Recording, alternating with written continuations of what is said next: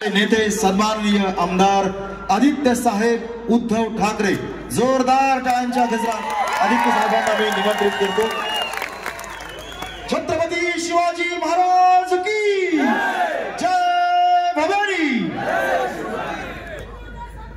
तरुणांमध्ये संपूर्ण महाराष्ट्रात एक उत्साह पेरणार हे आपल्या सगळ्यांचं लाडकं नेतृत्व सन्माननीय महाराष्ट्र राज्याचे माजी मंत्री आणि आमदार सन्माननीय आदित्य साहेब उद्धवजी ठाकरे यानंतर आपल्याशी संवाद साधतील। स्वाभिमान जनसंवाद यात्रेची सांगता सभा या निमित्ताने आपल्याला संबोधित करतील सन्माननीय आदित्य साहेब ठाकरे।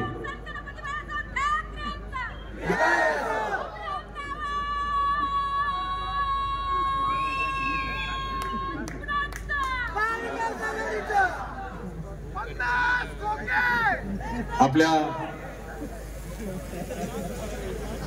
या स्वाभिमानी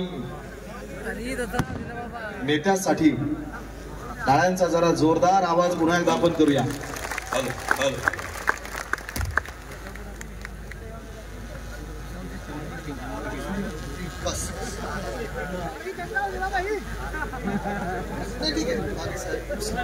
जय महाराष्ट्र। साहेबांची परवानगी घेऊन मी नंतर छत्रपती संभाजीनगर इथे जाणार आहे। परत मुंबईला जाऊन उद्या पुन्हा एकदा साहेबांबरोबर सभा आहे। पण लंकेजी आज खास करून तुमच्यासाठी इथे आलेलो आहे मी, आणि इथे आल्यानंतर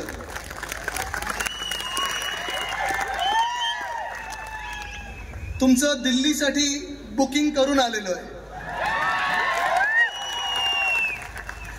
जर आपण सभा पाहिलीत, हे कॅमेराचे जे लोक आहेत, कॅमेरावाल्यांनी जर सभा मागे दाखवली तर सभेचं टोकच कुठे कळत नाहीये।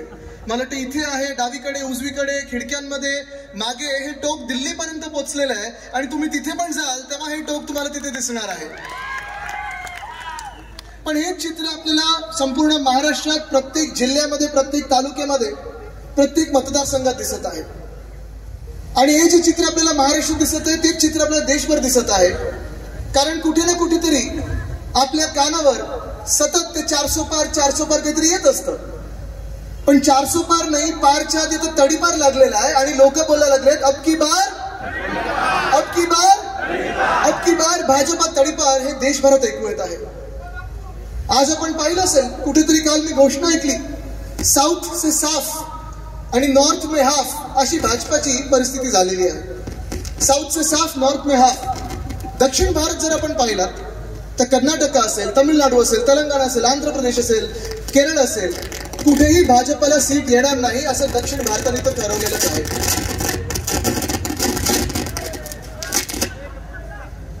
ठीक आहे, मला वाटलं विजा वगैरे करून बाईकचं काय झालं?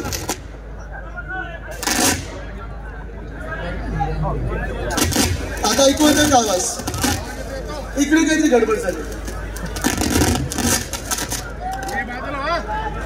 साधा माहिती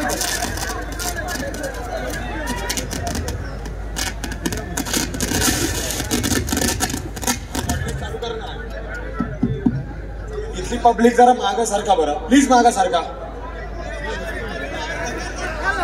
ठीक आहे, हा आवाज येतोय का? चालेल, मग असं बोलतो मी, हे बरं आहे, जवळ आलो तुमच्या। आज जर आपण पाहिलं तर दक्षिण भारतातून पूर्ण भाजप साफ होते की काय असा एक प्रश्न उपस्थित झालेला आहे। आणि जबाबदारी आता आपल्यावर आहे, मध्य भारत असेल, उत्तर भारत असेल, की आता आपण काय भूमिका बजावणार आहोत। आपण एक पाहत आहोत, उत्तर भारतमध्ये बिहार असेल, राजस्थान असेल, झारखंड असेल, दिल्ली असेल, ह्यांनी जबाबदारी घेतलेली आहे की आता भाजपा सरकार आपल्याला परवडणार नाही, भाजपाकडून आपलं हे शासन जमणार नाही। कारण 10 वर्ष आपण अत्याचार पाहिलेत, जुमले पाहिलेत। आता जुमलेचं नाव गॅरंटी केलं 2024 मध्ये। आता बस करा दादा, आता राहू दे, मी ह्याच माईकवर बोलतो, आता राहू दे। आता येतो का आवाज? ठीक आहे, नाही आवाज तसं भाजपावाले दाबत असतील तर सांगतो त्यांना, दाबायचा प्रयत्न करू नका।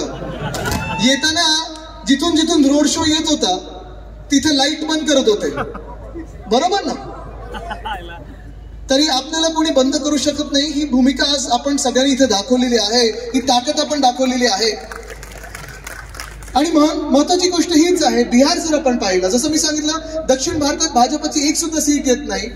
बिहारमध्ये माझ्याच वयाचे जे आहेत तेजस्वी यादव ते देखील लढत आहेत. तिथे नितीश कुमारजींनी पलटी मारली, पुन्हा एकदा भाजपसोबत गेले आणि अनेकदा त्यांनी भाजपसोबत सरकार स्थापन केल्यानंतर देखील 1 रुपया सुद्धा जी काही पॅकेज तिथे वचनं दिली होती की आम्ही एवढे कोटीचं पॅकेज देऊ, तेवढे लाख कोटीचं पॅकेज देऊ, बिहारमध्ये 1 रुपयाची मदत आली नाही. आणि आज तेजस्वी यादव तिथे कमीत कमी 20 सीट जिंकून दिल्लीकडे रवाना झालेले आहेत.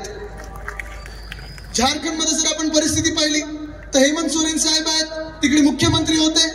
ईडी त्यांचा जो भाजपचा मित्र पक्ष आहे, ईडी IT CBI त्यांच्या घरी पाठवली, उचललं तर त्यांनी आत टाकलं.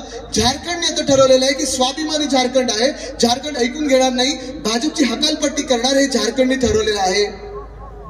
दिल्लीमध्ये अरविंद केजरीवाल साहेबांना मुख्यमंत्री असताना देखील कोणीतरी काहीतरी सांगितलं की आम्ही एवढे पैसे अरविंद केजरीवाल यांना दिले. केजरीवाल साहेबांना तिथे ईडीने अटक केलेली आहे आणि आज आपण कोर्टात पाहतो केजरीवाल साहेब आंबे किती खातात, इन्सुलिन किती घेतात, ह्याच्यावर चर्चा सुरू आहे. आणि हे सगळं सुरू असताना जर तुम्ही 400 पार करणार असाल, भाजप खरोखर 400 पार करणार असतील तर तुम्ही मला सांगा, आज महाराष्ट्राची परिस्थिती, आज बिहारमध्ये जी परिस्थिती आहे, आज दिल्लीमध्ये जी परिस्थिती, आज काश्मीरमध्ये जी परिस्थिती आहे, जी परिस्थिती सगळीकडे पाहता भाजप 400 काय 300 काय 200 तरी पार करू शकणार आहे का? तुम्ही मला सांगा, करू शकणार आहे? आज भाजपाच्या मनात जी भीती बसलेली आहे ती भीती जर नसती तर आपल्या महाराष्ट्रामध्ये 2.5 वर्षापूर्वीची गद्दारी झाली. 2.5 वर्षापूर्वी शिवसेना पक्ष फोडला गेला, नंतर मागच्या वर्षी राष्ट्रवादी काँग्रेस पक्ष फोडला, एक परिवार फोडला आणि ह्या वर्षी आपण पाहिलं असेल काँग्रेसमधून आमदार फोडण्याचा प्रयत्न केला. हे सगळं चोरून म्हणजे शिवसेना पक्षाचं नाव चोरलं, धनुष्यबाण चोरला, घड्याळ चोरलं, राष्ट्रवादी काँग्रेस पक्ष चोरले, काही काँग्रेसचे आमदार चोरले आणि आता ठाकरे पण चोरायला लागलेले आहेत. पण भाजपाला सीट काही येणं इथे जमणार नाही हे आपण जनतेने ठरवलेलं आहे. आज भाजपकडून जो प्रचार व्हायला पाहिजे होता, 10 वर्ष जर आपण पाहिलं तर बहुमताचं सरकार चालवलं, हुकुमशाही चालवली या देशामध्ये. असं मिलीजुली सरकार नव्हती की 10-12 पक्ष घेऊन चालवतात. स्वतःचं सरकार होतं, बहुमताचं सरकार होतं. मागच्या वेळी 2019ला 303 आपण त्यांना जिंकून दिले होते. आम्ही देखील त्यांच्यासोबत प्रचार केला होता. 2014 मध्ये असेल, 2019 मध्ये असेल, दोन्ही वेळा आम्हीच फसलो नाही, आपण सगळे फसलात. आपल्याला वाटलं होतं अच्छे दिन आएंगे, आठवतं ना ते गाणं, अच्छे दिन आने वाले हे, आठवतं का? किती लोकांनी ऐकलं होतं? आता जर भाजपवाले तुमच्या गावात प्रचाराला आले ना, अजून एक गाणं होतं, नो उल्लू बनाविंग, किती लोकांनी ऐकलं ते गाणं? ती रिंगटोन त्यांना जरा ऐका. कारण आपल्याला 2014 मध्ये जी वचनं दिली होती त्यांनी काय सांगितलं होतं, 15 लाख प्रत्येकाच्या खात्यात येणार होते. मी समजतो इथे आलेत, सगळ्यांच्या खात्यात 15 लाख रुपये आलेत का? आले असते तर हात वरती करा. खोके काही आमदारांना मिळाले, तुम्हाला आलेत 15 लाख रुपये? खोकेवाल्यांना दिले.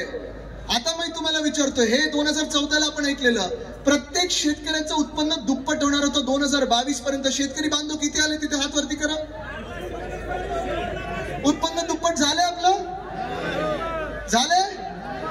2022 पर्यंत प्रत्येकाला घर मिळणार होतं प्रधानमंत्री आवास योजनेत. किती लोकांना घर मिळाले प्रधानमंत्री महोदयांकडून? हात वरती करा. महागाई कमी होणार हे सांगितलं होतं. डॉलरला रुपये मिळणार होता. आज रुपये कितीला आहे? डॉलर कितीला आहे? जीडीपी, अर्थतज्ञांचं जीडीपी वेगळं, आपलं सामान्य नागरिकांचं जे जीडीपी असतं, गॅस, डिझेल, पेट्रोल, हे जीडीपी कमी होणार होतं. गॅस 2014ला कितीला होता? आता कितीला आलाय? हे बरोबर 400 पार झालं की. मग आता डिझेल कितीला होतं? आता कितीला आहे? आणि पेट्रोल कितीला होतं? आता कितीला आहे? मग तुम्ही मला सांगा, जे 2014ला आणि 2019ला वचनं दिली होती ती पूर्ण झाली आहेत का? झाली आहेत का? 10 वर्षानंतर माझी अपेक्षा ही होती की भाजप जेव्हा प्रचार करेल तेव्हा आपल्याला सांगेल की आम्ही नोटाबंदी केली, त्यामुळे काळा पैसा